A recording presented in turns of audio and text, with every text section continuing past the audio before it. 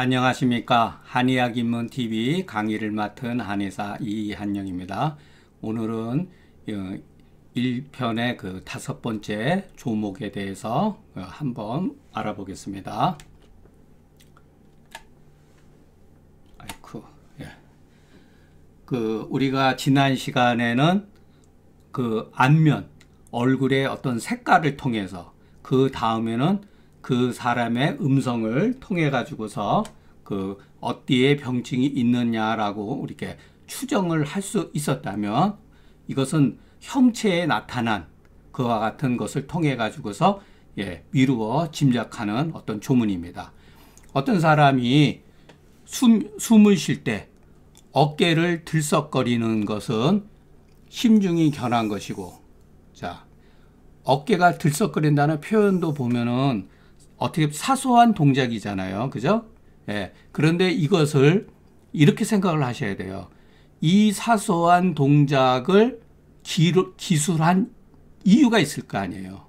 그러니까 이와 같은 아무것도 아닌 어떤 정황을 기술한 데에는 반드시 이유가 있다. 그러니까 눈이 그 정도까지 치밀하지 못하면 이와 같은 표현을 할 수가 없다는 거예요. 그래서 이런 글들이, 이런 거, 식, 요, 견자, 이런 표현들이 굉장히 잘 쓴 글이에요. 우리는 너무 예를 들어서 난치병, 어려운 병, 이런 거에 가지고 표기라든가 이런 것도 아주 뭐라 그럴까, 현학적인 거, 이런 것을 좋아하는 습성이 있어요. 저도 그래요, 사실은. 그런데 세월이 지나가고 공부를 하면 할수록 이와 같은 일상생활에서 벌어지는 사소한 행위 자체가 중요한 단서라고 하는 것을 우리가 눈 떠야 된다는 거예요. 그러니까 이까짓 거 뭐 우리는 이런 거 대수롭지 않게 보았잖아요. 그죠? 숨 쉴 때 어깨가 들썩거리는 이와 같은 표현을 할 수가 있을까요? 이와 같은 눈높이가 떠지지 못하면 이와 같은 글을 쓸 수가 없다는 거예요.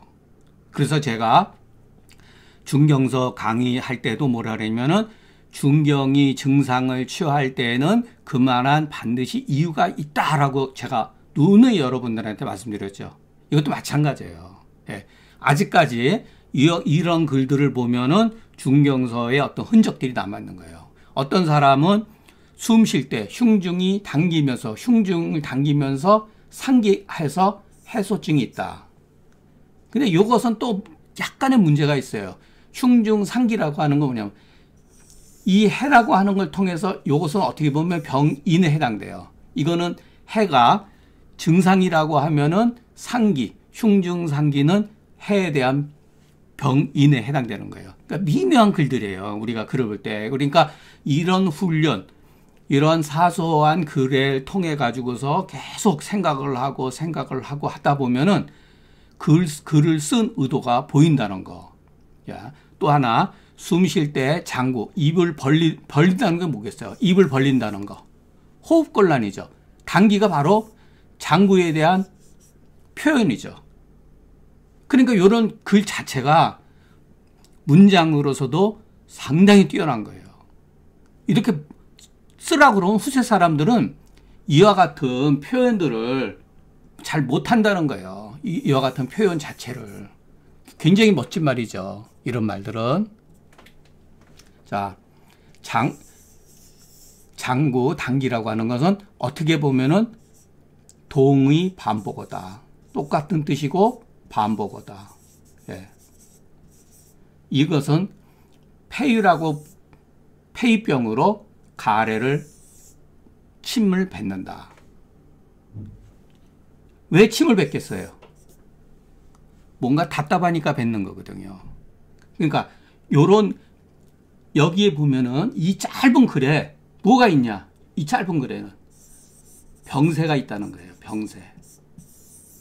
제가 그 중경서에서도 누누이 말씀드립니다. 이 병세에 대해서 우리가 눈 떠야 돼요. 사람에게는 어떤 기세가 있고 문세가 있고, 바둑에서도 마찬가지고 산에도 산세가 있고, 모든 게 이 세가 있는 거예요. 그렇기 때문에 이것을 우리가 이해를 해야지 글을 공부하는 데 편해요. 이거 가만히 보면 전부 다 병세의 관점에서 글을 쓴 것을 우리가 알 수가 있다는 거. 잘 생각을 해보세요. 이 사람이 왜 입을 벌릴까? 숨이 차서 그런 거예요. 숨이 찬 그것은 어떤 식으로 표현되는가? 가래를 뱉는 거예요. 예. 그러니까 연결된 연결된 행위들이죠. 예. 그러니까 조문을 우리가 외울 필요가 없어요. 병세의 관점에서 보게 되면은 글을 쓴 의도와 글 속에 담겨진 뜻이 우리가 이해할 수 있다는 거, 이거 조금 깊이 생각해 주시기 바랍니다. 자, 그러면 이거에 대한 제 해석을 보죠. 숨을 쉰다는 건 뭐냐? 호흡이라고 하는 건 한 번, 식이라고 하는 거는 한 번 숨을 들여 마시고 내뱉는 거니, 이게 그런 건가? 예, 그렇죠. 한 번 숨을 쉬고 들여 마시고 내뱉는 것이니, 요견자는 알고 보면은 옛날 사람은 대견 이렇게도 표현했어요. 예, 똑같은 표현이에요. 어떨 때는 이렇게 하고 어떨 땐 대견이라고. 병자가 호흡하는 사이에 그 병세로 인하여 혹 숨 쉴 때 어깨를 들썩거리거나 혹 가슴 위로 상기증이 있거나 혹 입을 벌리면서 호흡곤란증이 있으니 이 병세에 일어나서 이와 같은 동작들이 발생된다는 거예요. 그러니까 조문의 뜻은 다른 뜻이 아니다. 심흉 가운데에 어떠한 병독이 발작을 하면서 압박을 하게 될 때, 압박하기 때문에 어떤 사람은 기침을 하고 어떤 사람은 침을 뱉고 어떤 경우는 어깨를 들썩거리고 어떤 사람은 상기증이 있으면서 해수증이 있고 어떤 사람은 호흡곤란이 있으니, 그렇기 때문에 병세의 관점에서 보면서 이것은 일련의 증후의 현상이라고 하는 것을 우리가 판단할 수가 있다, 알 수가 있다는 얘기죠. 예. 이 경우에 심중견이라고 왜 이 사람이 썼을까? 이것은 병근에 해당되는 용어예요. 자, 해수는 뭐냐면은 병의 증상이죠. 폐위라고 하는 것은 병명이에요. 폐위 자체는 우리가 이 폐위가 뭔지를 알 수가 없죠. 예.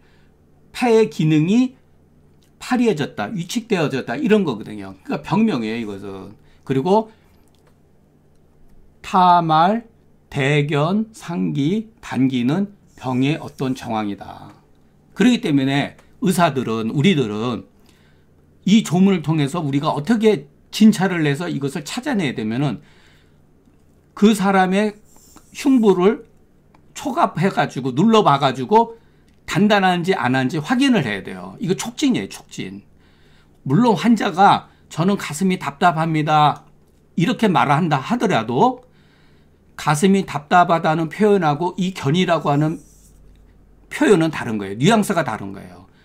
그렇지 않으면 여기 이 사람들이 흉중 비라든가 이렇게 썼겠죠. 그러니까 용어 어떤 표기에 있어서 용어를 문자를 달리 했을 때에는 그만한 이유가 있다는 것을 우리가 짐작할 수가 있어요. 그러니까 이것은 저 가슴이 아파요, 이런다 하더라도 답답합니다, 이래도 우리가 가슴을 눌러봐야 돼요. 그러면 부어있는 경우가 있어. 눌러서 지그시 눌렀는데 아프면 무조건 그것은 문제가 있는 거예요. 정상적인 사람은 눌러서 아프지가 않아요. 예. 그렇기 때문에 우리는 이 글을 통해 가지고서 옛날 사람들은, 그러니까 중경 전후의 사람들은 최소 환자를 볼 때 관형 철색만 한 게 아니라 반드시 흉복진을 했다는 것을 이 글을 통해서 알 수가 있는 거예요. 그리고도 이렇게 토가, 여기 여러분들 제가 토를 다른 데에는 제가 다른 토가 다 맞을 수가 없어요. 한 60, 70% 맞으니까. 그러나 이것은 중요한 거예요. 여기서 제가 토를 뭐라고 붙였냐면은 2,5도라고 한 거예요. 의사는 심중견을 촉압으로 하고도, 이게 제일 중요하지만 그러고도 모름지기 그 사람의 병의 정황을 살피면 이것은 다문미 이 사람의 병독이 되은 사실을 우리가 알 수가 있다. 우리가 앞으로 공부하는 건 전부 다 이런 거예요. 대견이니 타말이니 단기니 이러한 사소한, 우리가 환자들을 만났을 때 또는 누구 친구라든가 이러면은 유달리 물론 이제 급히 걸어왔거나 이럴 땐 숨이 차지만은 말을 할 때도 씩씩거리면서 말할 때는 그 사람들은 전부 다 흉중의 병통이 있는 거예요. 예, 병증이 있는 거예요. 예, 이런 게 대표적으로 우리가 후사방에서 쓸 수 있는 게 뭐냐면 주교 온담탕 또는 온담탕 이런 계통이에요. 이진탕류죠. 예, 그러니까 요 짧은 글에도 병근, 병증, 병명이 내재하고 있다. 그래서 우리가 이런 거에 대해서 뭐라 그럴까 완전히 이렇게 체질화돼야 돼요. 체질화. 그러니까 일본 고방가들을 이렇게 풀이해 놓은 거 보면요. 그 사람들 공부하는 거 뭐 정말 눈에 보여요. 어떤 조문 가지고 하루 종일 생각을 하고 평생에 걸쳐서 그 본 글을 보고 또 보고 그런 거예요. 그렇게 해서 자기 글을 이것이 사실적인 표현이었구나라는 것을 이해하고 비로소 주석을 다른 거예요. 그냥 앉아서 주석을 달면은 이 글 하나도 안 들어와요. 관념 쪽에 빠지지. 이와 같은 사소한 그러한 증상들이 뭐가 이렇게 중요하겠어요. 자, 다음번 조문 하겠습니다. 선생이 가로되 들어 마시되 너무 조금 호흡에 있어서 초급하면 그 병의 중초에 있는 것이니 신뢰하던 마땅히 하하면 낫고 허자는 치료할 수가 없다. 상초에 있는 것은 호흡이 들어 마신 숨이 초급하고 하초에 있는 것은 흡입이 머니 이것은 다 치료하기가 없다. 호흡 동요하면서 막 떠는 경우는 치료하기가 곤란하다. 요 조문도 이것도 간단하죠. 간단한데 얼마나 관찰이 물론 이 조문도 문제가 있어요. 예. 조문이 단순하지만 관찰력이 굉장히 뛰어나다. 사람이 숨을 들여 마실 때 약간 급해지면 우리가 환자를 본다든가 이럴 때 벌써 이게 불문진당이 그죠. 이렇게 질문을 하고 뭐 사소한 거라도 우리가 이것을 통해 가지고서 대충 이제 짐작하고 들어가는 거죠. 근데 여기에서 이제 문제점들이 있어요. 예. 실이 뭘까? 허가 뭘까? 이런 거죠. 그러니까 요거 전부 다 제가 이제 바로 뒤에 해석하는 데 있어서 설명했지만은 중경서도 그렇고 금계유락에도 그 실과 허에라는 용어에 대해서 우리가 주의할 필요가 있습니다. 자, 조문에 소위 말하는 치료하기 어렵다, 난치다라고 하는 것은 이 사람들이 어떤 경험을 통해 가지고 글을 쓴 거기 때문에 반드시 이유가 있어요. 그렇기 때문에 그럴 수 있다라고 하는 말이다. 그러나 반드시 그와 같은 일은 아니다. 예. 또한 허자, 실자 여러분 요거는 기억하셔야 돼요. 제가 이거는 계속해서 여러분들한테 말씀드릴 거예요. 참보 문자다. 누군가가 이 조문을 이해시키기 위해서 억지로 갖다가 보충해 놓은 문자에 불과한 거예요. 왜 이것을 집어넣었을까? 혹 이 허자나 실자는 병의 경중으로서 말한 것이거나 우리는 허를 생각하면은 그 사람이 허약하다 이렇게 생각하고 실이다 그러면 병사를 기준으로 해서 이분법은 그게 아니에요. 병증의 경중으로서 말하는 경우가 있고 병세의 진태를 가지고서 말하는 경우가 있다는 거예요. 우리가 조문을 자세히 읽어보면은 그러면 실이라고 하는 뜻은 뭐냐면은 이 사람들 의도는 뭐냐면 내실이에요, 내실. 그러니까 우리가 조의승계탕에서 위가실의 어떤 조열의 어떤 그러한 조짐을 가지고 실이라고 하는 거예요, 대부분. 그렇기 때문에 실이라고 하는 그 표기가 있을 때에는 이게 궁극적으로 무엇이냐? 궁극적으로 대왕을 사용하기 위한 구실이라는 거예요. 반면에 허라고 하는 거는 뭐냐면 한수를 뜻하는 거예요. 몸이 허약하다 그러면은 몸이 허약하다라는 표현이 틀린 게 아니에요. 허약한 이유가 뭐냐면 그 한수 때문에 그런 거예요. 옛날 사람은 이렇게 구체적이었다는 거예요. 이 한수기 때문에 이럴 때는 허라고 할 때는 부자를 사용하기 위한 구실인 거예요. 그러니까 이 부자가 뭐 해양작용도 있고 열을 내는 작용도 있지만 고방에서는 축수의 개념도 제가 있다 그랬잖아요. 그죠? 허하다. 막연하게 허하다라는 느낌에 빠지지 말고 허하니까 보호해야 된다. 이것은 잘못된 생각이에요. 허한 것은 우리 몸에 비정상적인 수기가 존재하고 있다는 뜻이기도 해요. 굉장히 심한 뜻이죠. 예. 그럴 때는 부자를 사용해야 된다고 하는 것이 묵계적으로 이 글에다 표기해 놓은 거예요. 그렇지만 이것은 엄밀하게 말하면 누군가가 사실보다 과장돼서 보충해 놓은 거래요. 그러니까 상황에 따라서 취할 것은 취하고 그러면 돼요. 여기에서는 왜 문제가 되냐면은 조문에서는 이것이 왜 문제가 되냐면 어떠한 증거가 없어요. 실이라고 하는 증거, 허라고 하는 증거의 증상이 없는 거예요. 그러니까 이것은 이와 같은 글은 미완성된 글일 뿐이에요. 그러니까 이런 글들은 우리가 조금 가볍게 넘어가도 된다. 이렇게 생각하시면 됩니다. 또 우리가 이 천 같은 것을 호흡곤란을 기준해서 봤을 때 한토화의 지법은 한토화의 지법은 우리 한의학 치료의 근원이다라는 사실을 이해를 하셔야 됩니다. 흉만이 청명어떤 하지하고, 그죠? 심화 비편이 천자는 해지하고, 요거 해라고 하는 것은 일종의 소쇼탕이나 반화사심탕이나 뭐 이런 거죠. 사심탕류를 말하는 거죠. 그리고 무한이 천자는 발안하고, 이거는 우리가 상한론에서 공부했던 거고, 식체의 천자는 토지하고. 그러니까 이 천이라 하더라도 호흡곤란도 이와 같이 다양해요. 그러니까 어느 하나만 가지고서 하면 안 된다는 거.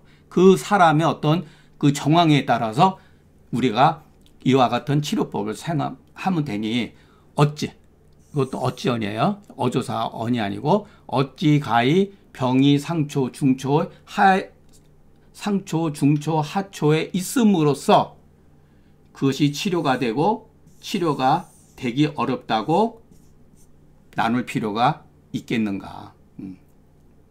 구별하겠는가? 왜냐하면 옛날 사람들이 이게 다 치료를 했으니까. 예. 그러니까 우리가 조문에서 비록 뭐 불치다, 난치다 이런 말이 있다 하더라도 우리가 상식선에서 그것을 치료에 접근해 들어가면 됩니다. 다만 병독의 소재로 인해서 병독의 소재가 어디에 있느냐를 따져가지고서 발안하고 토하고 하하고 화해할 따름이다. 이건 뭐 제가 누차 강조했던 거니까 계속 반복적인 거예요. 치료는. 후세방이라 하더라도 사실은 이 원칙에서 사용해야 된다는 거. 그리고 제가 하나 또 말씀드리고 싶은 것은 후세방은 어떤 처방인들이냐. 거의 이 화해법이에요. 이 화해법. 화해법이 발달된 거예요. 표증이라든가 이증을 치료하는 마왕탕 계열이라든가 승기탕 계열이 배제가 되고 반표 발리의 그 치료의 증상이 전부 다 잡병이라고 하는 것은 후세방의 잡병에 치료하는 처방들은 전부 다 화해법이라고 하는 것을 이거를 이해를 하셔야 돼요. 자, 그렇기 때문에 이와 같은 그 잡병을 치료하는 화해법은 결국은 한토화법 이후에 발생되어진 거다. 우리가 그것을 이해할 수가 있죠. 오늘 강의는 여기서 마치겠습니다.